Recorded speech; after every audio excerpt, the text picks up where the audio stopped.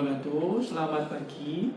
Pada kesempatan kali ini saya akan menjelaskan tentang PDD UKT-PT bidang pengajaran untuk Setdos 2025. PDD UKT-PT adalah pernyataan diri dosen dalam unjuk kerja Tridharma Perguruan Tinggi. Perkenalkan, nama saya Novan Hadi Ahmad. Saya adalah dosen di program studi Manajemen Logistik Industri Agro di Politeknik ATI Padang. Pada kesempatan kali ini saya akan menjelaskan tentang mata kuliah yang terkait dengan gudang dengan judul mata kuliahnya adalah Tata Letak Fasilitas Gudang, kodenya ML427 dengan bobot SKS 2, dan mata kuliah ini bersifat teori. Adapun capaian pembelajaran lulusan pada program studi Manajemen Logistik Industri Agro yang diambil atau dirujuk pada mata kuliah ini adalah ada 8 dengan kode S4, S9, KU1, KU3, P1, P2, KK1, dan KK5 seperti tertera pada video berikut. JPMK yang berada pada mata kuliah ini atau capaian pembelajaran mata kuliahnya adalah JPMK 1, yaitu mahasiswa mampu menjelaskan prinsip dan teknik tata letak fasilitas gudang. JPMK 2, mahasiswa mampu menganalisis penentuan lokasi fasilitas gudang dengan mempertimbangkan faktor subjektif dan objektif. JPMK 3, mahasiswa mampu menganalisis tata letak material di gudang menggunakan kebijakan penyimpanan. Dan JPMK tersebut ada 8 sub JPMK. Sub JPMK yang pertama, mahasiswa mampu menjelaskan tentang dasar-dasar perancangan tata letak fasilitas gudang. Sub JPMK yang kedua, mahasiswa mampu menganalisis tipe atau jenis, kelebihan dan kelemahan dan penggunaan tipe tata letak fasilitas gudang. Sub JPMK 3, mahasiswa mampu menjelaskan permasalahan layout pada tata letak fasilitas gudang. Sub JPMK 3, mahasiswa mampu menganalisis lokasi fasilitas gudang dan permasalahan alokasi. Sub JPMK 5, mahasiswa mampu menganalisis permasalahan penataan fasilitas gudang dengan pendekatan tradisional atau systematic layout planning. Sub JPMK 6, mahasiswa mampu menganalisis model perencanaan untuk rak yang ada di gudang atau rack design. Sub JPMK 7, mahasiswa mampu menganalisis kebijakan penyimpanan atau storage policies. Sub JPMK 8, mahasiswa mampu menganalisis warehouse effectiveness. Adapun deskripsi mata kuliah tata letak fasilitas gudang adalah membahas tentang konsep dasar tata letak fasilitas gudang, pemilihan lokasi pendirian gudang, pengaturan tata letak produk di dalam gudang, perencanaan fasilitas atau mesin, perencanaan kedekatan hubungan antar fasilitas, dan menggambar layout gudang berdasarkan aliran barang dan kebutuhan material handling pada sektor industri agro. Bahan kajian atau pokok materi pembelajaran pada mata kuliah ini adalah 1. Introduction to Facility Design. 2. The difference between warehouse and plant. 3. Definisi industri jasa logistik dan industri agro. 4. Macam atau tipe tata letak fasilitas gudang dan pola aliran pemindahan bahan. 5. Layout problem. 6. Analisa lokasi dan permasalahan alokasi. 7. Pendekatan tradisional untuk penataan fasilitas. 8. Design and planning of warehouse and storage. Adapun referensi yang digunakan pada mata kuliah ini adalah 1. Dengan judul Tata Letak Pabrik dan Pemindahan Bahan oleh Sritomo Wigno Subroto pada tahun 2009. 2. Facilities Design edisi keempat oleh Heragu. 3. Tata letak pabrik dan pemindahan bahan oleh James Apple. Kemudian yang keempat, SLP untuk 4th edition oleh Richard Mutter. Kemudian yang terakhir adalah dari Facilities Planning by Tom Gates.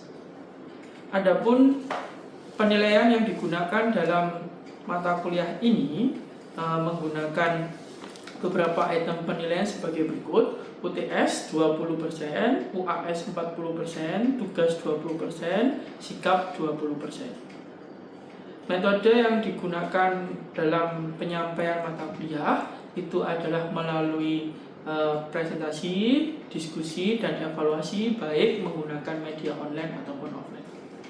Video selanjutnya adalah contoh proses pembelajaran mata kuliah tata letak fasilitas gudang yang ada di kelas. Materi pada mata kuliah tata letak fasilitas gudang dapat diakses oleh mahasiswa secara mandiri sebelum kelas atau pertemuan berikutnya dimulai. Bisa terlihat di sini terdapat beberapa folder. Di sini dibuatkan kelas untuk kelas 2A, 2C, dan 2D yang saya ampu pada tahun ini di semester genap. Maka bisa dilihat misalkan di folder teori tata letak fasilitas gudang sesuai dengan mata kuliah yang saya ajar yang bersifat teori dengan bobot 2 SKS. Terdapat beberapa materi yang memang dipresentasikan di kelas dan juga ada beberapa referensi buku yang dipakai. Selain itu, kita juga bisa melihat seberapa banyak mahasiswa yang sudah menjadi bagian dari Microsoft Teams ini sebagai salah satu bentuk platformnya dengan melihat di menu members. Bisa terlihat di sini setiap mahasiswa sudah menjadi member di kelas kita sehingga tidak ada alasan lagi ketika materi itu tidak disampaikan di kelas dan tidak dipelajari oleh mahasiswa sebelum kita masuk kelas. Oke, Assalamualaikum warahmatullahi wabarakatuh.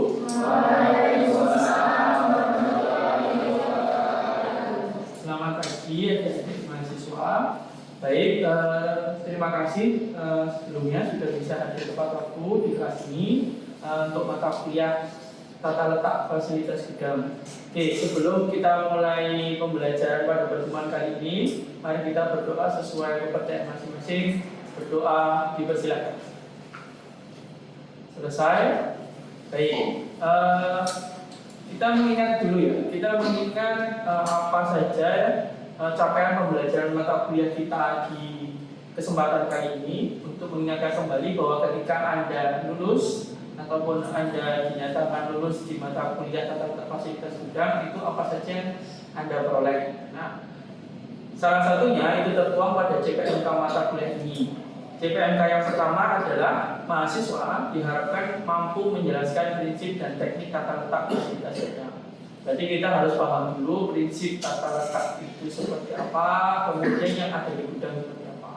Kemudian CPMK yang kedua mampu menganalisis penentuan lokasi fasilitas gudang dengan mempertimbangkan faktor subjektif dan objektif. Jadi kita harus memahami dulu dasar pertimbangan menganalisis suatu lokasi itu apa dan metode alternatifnya itu seperti apa. Kemudian yang CPMK ketiga yaitu mampu menganalisis tata letak material di gudang menggunakan kebijakan penyimpangan. Jadi seperti yang kita tahu di pembelajaran yang pertama kali pada waktu kita membahas tentang perencanaan tata letak fasilitas, kemudian bagaimana prinsip pendirian suatu fasilitas, nah itu akan memiliki hubungan dengan kebijakan penyimpangan yang ada di gudang. Ya, baik. Kita coba untuk merecall memori kalian di pertemuan yang lampau.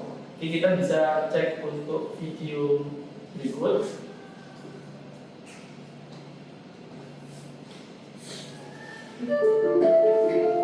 You click there.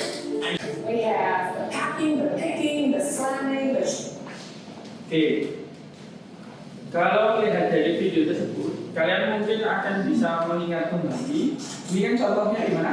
Gudangnya di Amazon. Oke, kita tahu bahwa Amazon itu salah satu marketplace yang dia itu memang menyediakan banyak produk, tapi terutama dari luar negeri, kemudian yang bisa kita beli. Jadi memang Amazon ini pemelopornya. Jadi dulu kalau misalkan di era tahun 80-an atau 90-an itu Amazon itu yang e-commerce yang paling bagus pada zamannya. Sedangkan kita tahu sendiri kalau sekarang ada Shopee, kemudian ada apa lagi? Bisa kita tahu penggunaan yang tadi. Kalau misalkan kita lihat kembali tadi di video yang tadi, ada beberapa hal yang menjadikan Amazon itu mengutamakan terutama untuk beberapa peralatan atau teknologi yang digunakan. Nah, ini fungsinya apa? Fungsinya adalah salah satunya agar membantu dalam proses delivery-nya seperti itu. Nah sekarang dari video tadi apa yang bisa kalian lihat? Poin-poin apa yang bisa kalian lihat di video tadi? Ya, gimana? Ya. Jadi dari video tadi itu ada beberapa fungsi dan ada beberapa teknologi baru yang kita lihat. Itu ada ADV dan QR code. Untuk fungsinya sendiri itu lumayan canggih juga untuk penerapan teknologi ini. Itu yang pertama kalau ADV itu mempercepat proses pemindahan barang dalam gudang. Nah, berarti ya meningkatkan efisiensi juga di dalam gudang tersebut. Kemudian akurasi dan otomasi yang tinggi. Nah, dilihat juga bahwasanya penggunaan ADV itu juga bisa mengurangi ketergantungan pada tenaga kerja manual. Oke, baik, terima kasih ya. Jadi ada 3 poin ya, 3 poin dari dia terkait dengan penggunaan AGV. Nah, ini untuk menginformasikan juga sekaligus menambah wawasan bahwa AGV yang ada itu kalau misalkan dicontohkan tadi, dia itu kan bergeraknya adalah menggunakan line ya Mas ya. Jadi dia itu sebenarnya AGV itu kan kepanjangannya automated gate vehicle. Jadi kalau automated gate vehicle itu dia itu bergeraknya sebenarnya ada beberapa jenis teknologi. Dia ada yang bergeraknya menggunakan RFID. Jadi dia menggunakan line, dia bergerak. Nah, yang terbaru bahkan AGV itu sudah dikombinasi dengan IoT. Seperti smooth kalau misalnya lagi bertemu, dia tahu dia tidak akan menabrak sesama temannya. Itu teknologi yang terbaru dari penggunaan AGV. Jadi memang QR code itu kita tahu biasanya dia itu sebenarnya bisa ditempel di slotnya gudang atau di rak gudang sebagai bentuk atau wujud dari kalau kita bisa bilang itu semacam artikel ID. Jadi kalau bahasa kami, kalau saya punya barang jenis A, misalkan lah ya, dia itu tepung beras itu dari Vietnam, ada tepung beras dari Thailand. Nah, setiap produk yang memiliki spek tertentu maka diberikan artikel ID tersebut dan diberikan QR code. Nah, QR code-nya itu akan ditempel di slot yang ada di rak dan itu akan dimasukkan ke sistemnya AGV sehingga ketika datang produk itu AGV-nya langsung bisa mengantarkan ke slotnya sesuai QR code. Itu kita lanjutkan ke materi selanjutnya. Jadi materi selanjutnya ini adalah karena kita sudah menjelang UTS ya, jadi sudah pertemuan ke-7. Jadi minggu depan sudah UTS, kemudian ini adalah materi terkait perhitungan analisis lokasinya. Jadi di sini nanti kita bisa tahu bahwa kenapa sih lokasi itu penting. Jadi bisa dilihat di sini bahwa di sini adalah faktor-faktor yang dipertimbangkan untuk menentukan lokasi itu sendiri.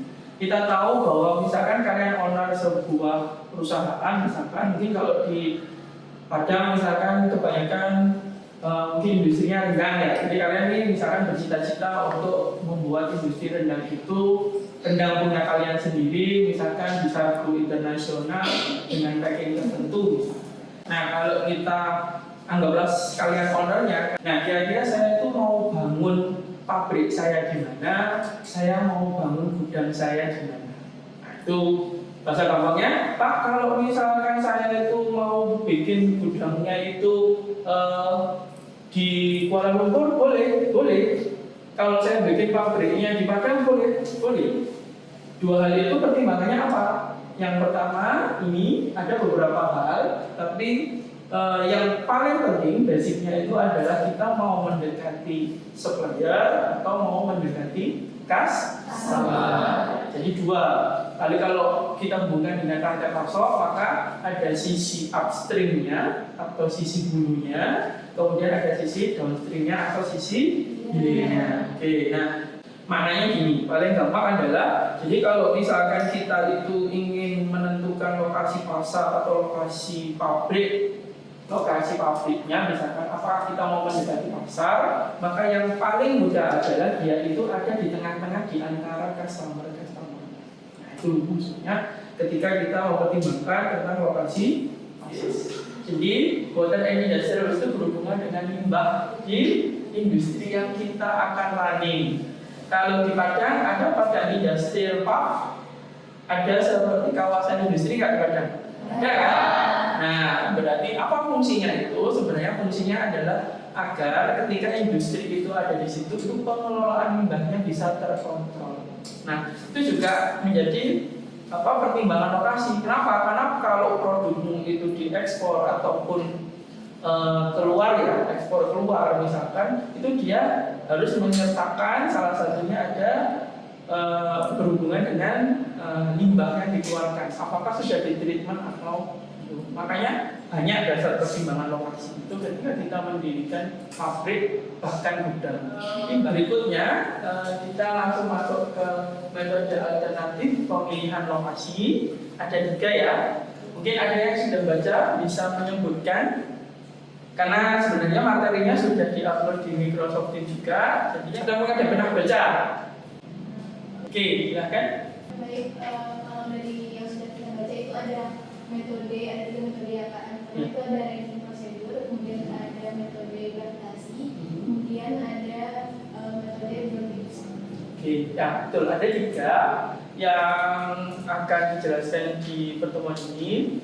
Cuman khusus untuk Brown Gibson nanti akan kita ulas kembali setelah UTS. Jadi UTS materinya memang covernya sampai di metode penentuan menggunakan gravity location model. Ya. Oke, kita bahas satu-satu dulu biar tahu karakteristik dulu tentang metode pemilihan alternatif lokasi. Ada 3. Yang pertama ada ranking prosedur, itu sifatnya subjektif atau kualitatif. Nah, kalau kualitatif pertanyaannya apakah terukur? Tidak. Ya. Karena nggak terukur, maka kita harus mengkuantitatifkan. Makanya ada pembobotan sama penscoringan. Ada 2. Ya. Oke. Jadi contoh soalnya bisa kita lihat bahwa di sini perusahaan atau PT X ya, ini akan melakukan ekspansi. Ya, melakukan ekspansi untuk pabriknya. Pak, kalau pabriknya diganti gudang boleh sama saja. Jadi mau dari sisi pabrik produksi ataupun gudang. Jadi karena kita memang mata kuliahnya itu di pergudangan, boleh nanti ini dijadikan acuan untuk memilih lokasi gudang. Tapi lokasinya ada 3, ada Sidoarjo, Pasuruan sama Surabaya. Nah, kemudian di sini ada 3 faktor penentu. Yang pertama adalah ketersediaan bahan baku. Yang kedua tentang tenaga kerja, kemudian yang ketiga transportasi. Nah, kemudian bobotnya itu dari siapa? Bobotnya itu sebenarnya dari ekspor. Nah, berarti di sini kita bisa tahu ketersediaan raw materialnya dikasih bobot 40%, 35 dan 25. Totalnya harus berapa? 100. Oke, jadi kalau misalnya Pak saya punya 7 faktor boleh. Tapi totalnya harus 100. Oke, berarti kalau 40% yang dominan yang ketersediaan bahan baku. Oke, sekarang cara men-scoringnya. Nah, cara men-scoringnya bisa kita lihat di sini. Sidoarjo Pasuruan Surabaya cara bacanya adalah secara horizontal, ya. Untuk faktor yang pertama. Jadi kita ngisinya itu horizontal dulu. Misalkan kita bilang bahwa kenapa sih kalau misalkan Pasuruan itu diganti scoring 5? Oh, dikarenakan kira-kira berarti di situ karena berhubungan dengan bahan baku, berarti bahan bakunya banyak atau sedikit? Sedikit. Karena scoringnya rendah, berarti otomatis kita menilai, aduh bahan bakunya di sini nggak terlalu banyak. Nah, saya kasih skor lebih rendah daripada yang lain. Ya. Apa kira-kira? Berarti moda transportasinya bisa jadi apa aksesnya? Sulit atau kurang. Ya. Kemudian dikalikan, jadi Z Sidoarjo berarti itu antara bobot yang di depan tadi dikalikan dengan skor. Kemudian setelah dikalikan, ingat di sini dipakai yang tertinggi. Nah, tertinggi itu berarti nilainya yang paling baik, artinya itu adalah yang paling memberikan keuntungan kita sebagai owner. Oke. Nah, ini yang metode yang pertama. Oke, ini metode yang kedua. Metode yang kedua disebut dengan analysis of center of gravity atau bahasa Indonesia adalah penentuan lokasi berdasarkan metode analisis pusat gravitasi. Bisa dibaca di situ bahwa sifatnya adalah kuantitatif. Kalau kuantitatif berarti semua terukur. Nah, ukurnya dari mana? Nah, bisa dilihat di situ rumusnya. Jadi di situ itu ada M-nya itu apa? Jadi itu bacanya adalah sigma M, I bergerak mulai dari angka 1, sigma N, J bergerak mulai angka 1, WJ, W-nya itu adalah dimension size atau weight atau bobot, tapi itu sebenarnya dari kebutuhan atau demand-nya. Kemudian ada XI min AJ kuadrat. Nah, kalau untuk yang grafik location model ini ada dua versi. Nah, versi yang diajarkan di sini itu adalah sudah ditentukan titiknya. Nah, yang versi yang kedua itu titiknya belum ditentukan. Nah, kita bisa lihat di sini. Ini contohnya adalah feasibility study. Feasibility study dari pabrik G, ya, anggaplah yaitu factory A dari pabrik G. Kemudian penentuan lokasinya seperti ini. Berarti kira-kira titik lokasinya itu alternatifnya di mana? Saya lihat ya di situ dari 1, 2, dan 3. Nah, itu ada panahnya itu 10 ton. Berarti maknanya apa kira-kira? Supplier A mampu memenuhi kebutuhannya sebesar ya, itu maksudnya. Setiap pabrik yang ada di dekat kita itu mampu menyuplai kita sebanyak berapa? Nah, 10 ton, 12, 8, dan E. Nah, ini ada di sini bisa maknai bahwa sumber A memiliki kemampuan sebesar 10 ton untuk menyuplai kita, B 8, C 12, dan C-nya 4 ton, ya. Nah, kemudian kita disuruh, kita ini mau bikin pabriknya itu di mana kan itu. Nah, kita disuruh pilih antara alternatif lokasi 1, 2, dan 3. Nah, ini bisa kita lihat di sini. Angka 10 itu ada di sini, yang ada di depan itu ada 10, 8, 12, 4. Nah, itu adalah bobotnya yang tadi. Jadi kan disuplai masing-masing 10, 8, 12, dan 4. Nah, itu ditaruh di depannya di masing-masing alternatif. Jadi sederhananya, misalkan alternatif 1 berarti lokasi 1 Anda bandingkan dengan supplier A, lokasi 1 Anda bandingkan supplier B, 1 dengan C, 1 dengan D. Ya, kalau sudah, kemudian bisa dilihat di sini yang dipilih adalah smallest atau minimum Z value. Beda sama yang tadi. Kalau yang tadi itu sisinya sisi owner. Jadi ownernya itu kalau bisa ya yang positif. Nah, kalau di sini yang di smallest atau minimum Z value ini ya karena kita kalau bisa itu yang bobotnya atau hasilnya itu kecil, jadi tidak membebani kita. Seperti itu ya. Jadi bahasa gampangnya kalau bisa dibilang itu yang positif itu kalau kita profit kan bagusnya positif, tapi kalau biaya bagusnya NP. Setelah mempelajari tentang dasar pemilihan lokasi, kemudian metode alternatif pemilihan lokasi. Ada pertanyaan? Oke, silakan. Namanya? Oke, silakan kita. Apa ya? Jika Alfamart ingin kerja tahu di Padang, metode apa yang cocok digunakan? Oke, Alfamart belum masuk Sumatera Barat ya? Belum. Adanya di mana? Di Riau. Di Pekanbaru ya? Di Riau. Oke, anggaplah ini berandai-andai lah ya Alfamart masuk ke sini. Kira-kira metode apa yang bisa digunakan untuk menganalisis ketika misalkan kamu kerja di Alfamart, kamu ditugaskan oleh Alfamart sebagai orang Sumatera Barat, misalkan ini saya mau bikin Alfamart misalkan di Sumatera Barat, anggaplah ada pilihan Padang, Payakumbuh, misalkan kan, kemudian kamu akan Solo, misalkan Tanah Datar dan lain sebagainya. Apa pertimbangannya? Gitu ya. Nah, pertimbangannya tadi kan ada beberapa faktor. Nah, kalau misalkan yang paling penting kita bisa lihat salah satunya adalah karena Alfamart itu bukan produksi, ya ingat bahwa dia itu hanya kayak reseller gitu ya, atau distributor. Berarti pertanyaannya apakah dia punya produk? Ya. Tapi itu produk dari banyak brand yang lain yang kemudian disatukan dan dijual di Alfamart-nya gitu ya teman-teman. Berarti kira-kira yang paling krusial menurut kalian, kira-kira apakah UMR-nya, kira-kira atau transportasinya, atau mendekati pasar, atau mendekati supplier? Karena Alfamart itu bukan produk, berarti bukan supplier. Kalau supplier pasar. Tuh, satu faktornya adalah pasarnya.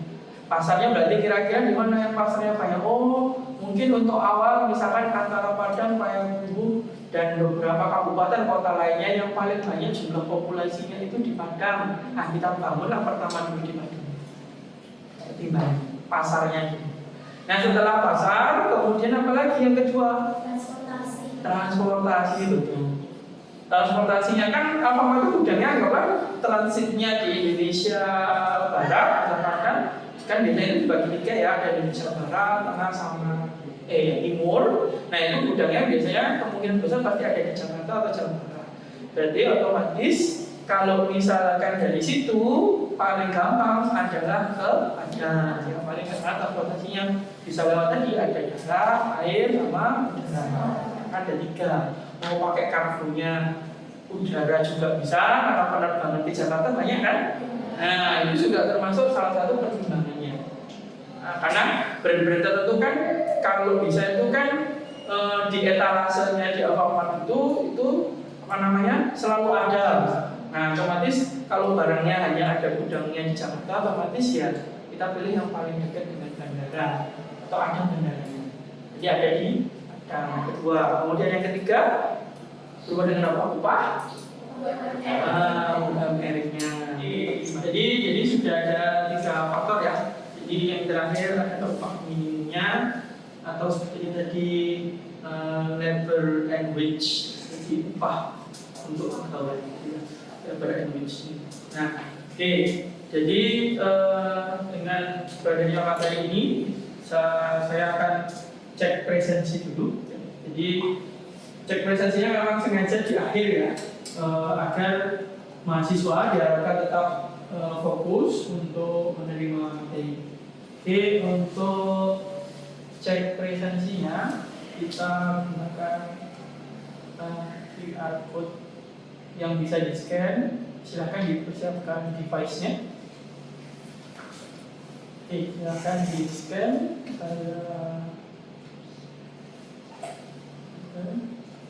Oke, boleh di scan dulu.